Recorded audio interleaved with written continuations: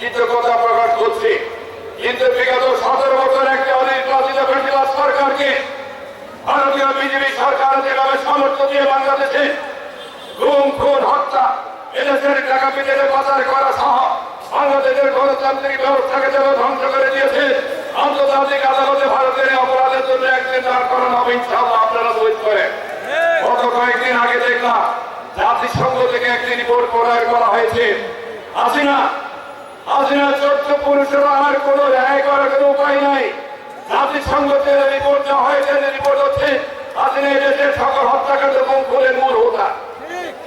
এরা বিএনপির কথা না, এরা জাতিসংঘ তারা তদন্ত করে এই রিপোর্ট পেয়েছে, তার নির্দেশে সমস্ত কিছু হয়েছে। তাই হাসিনা যত বড় বড় কথা বলো, আওয়ামী লীগের এখানে তোরা গুপ্তেরা আছে, ওদের নেত্রী নিজে পালিয়েছে। ইনশাআল্লাহ দেশের জনগণ এই সমস্ত অপরাধীদেরকে দুর্বৃত্তরা দ্বারা আবার কথা থেকে দিয়ে উঠার চেষ্টা করে ঘরে ঘরে মিশিয়ে তাদেরকে আইনের ব্যবস্থা আনতে হবে, ধরতে হবে তাদের বিরুদ্ধে, ঐক্যবদ্ধ হবে তাদের বিরুদ্ধে আমাদের ব্যবস্থা গ্রহণ করতে হবে। বাংলাদেশের গণতান্ত্রিক অবস্থা, বাংলাদেশের সমাজ ব্যবস্থা তাদের কোনো অবস্থাতে যাতে করি এরা নষ্ট না করতে পারে সেদিকে আপনাদের লক্ষ্য রাখবেন।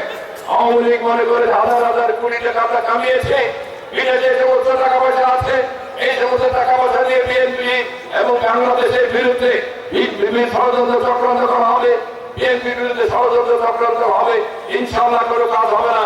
আজ আমাদের নেতা তারেক রহমান এমন কিছু কর্মসূচি দিয়েছেন, বাংলাদেশের প্রত্যেকটি ঘরে ঘরে আমাদের নেতা কর্মীরা যে অঞ্চলের প্রত্যেকের বাংলাদেশের তৃণমূল নেতা কর্মীরা আজকে এদেশের জনগণের রাত প্রান্তে গিয়ে পৌঁছেছে। কিন্তু ক্ষমা রাখতে হবে, কারণ আওয়ামী লীগ লোক ইতিমধ্যেই অনেকে তাদের গোল পাল্টিয়েছে। এই সমস্ত দুর্বৃত্তরা যাতে করে কোন রকমের বিএনপি যুবদল ছাত্রদল কোন অঙ্গ সংগঠনের কোথাও যাতে কোন রকমের প্রাথমিক সদস্য হয়ে যারা কারণ এই অপকর্মগুলো করে দলের ভাবমূর্তি নষ্ট করার জন্য চেষ্টা করবে। তাই আমি আমার বক্তব্য দীর্ঘায়িত করবো না। আজকের এই দিনে সমাবেশের মাধ্যমে আমাদেরকে নতুন করে সমাজ করতে হবে।